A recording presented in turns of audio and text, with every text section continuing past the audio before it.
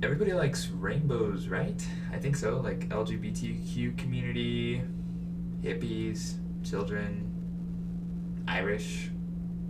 I think that pretty much covers everybody. How do you do, guys? This is Shannon from Unique Arts, and let's dive right into our artists for the day. Today we're just going to talk shortly on Robert Duncanson.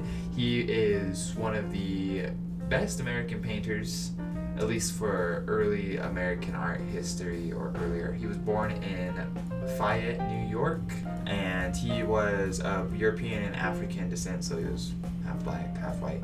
And he was born during slavery, but he was born a free man. Obviously, his family were not slaves, especially considering they lived in the North.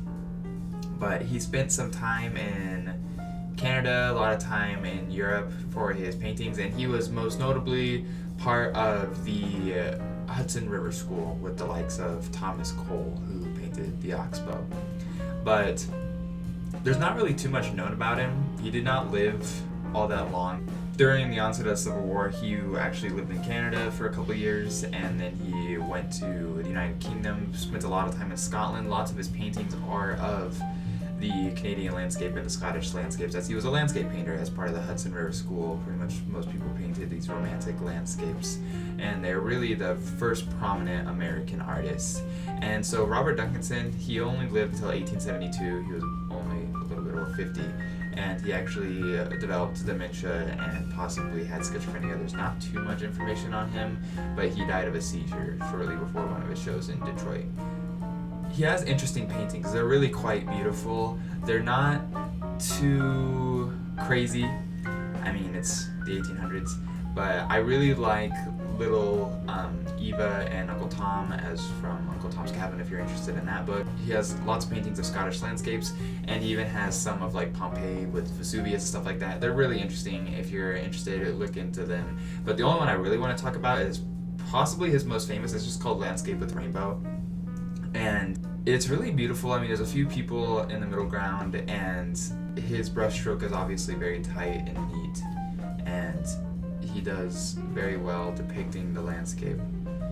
But I just like the rainbow in it. I guess maybe everybody else did too.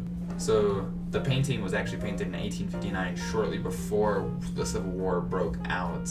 And to be honest, I don't know what he intended with the painting, but I can't help but feel that it's a beautiful landscape, and obviously he's a black American during times of slavery, and I'm sure he had a very different life than a lot of people, but he paints this landscape with a lovely rainbow. But I think that it's interesting to point out that the landscape's beautiful. Landscapes are always beautiful, regardless of the people that live there, if they're wicked or not. And he put this rainbow in it before slaves were emancipated and liberated.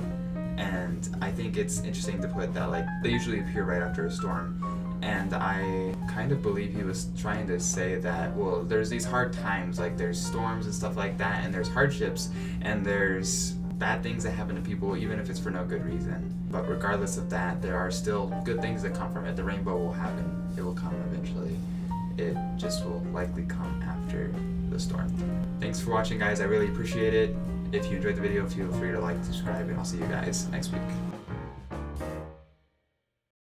Pop, pop, pop, beep. Hello world.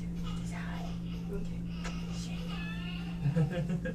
Bitty bitty bum, bitty bitty bitty bitty bitty bitty bitty bum.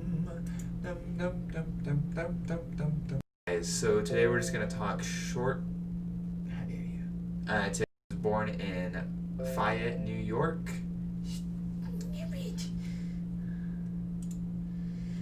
Robert Duncanson was born in. Oh my God! I swear to goodness.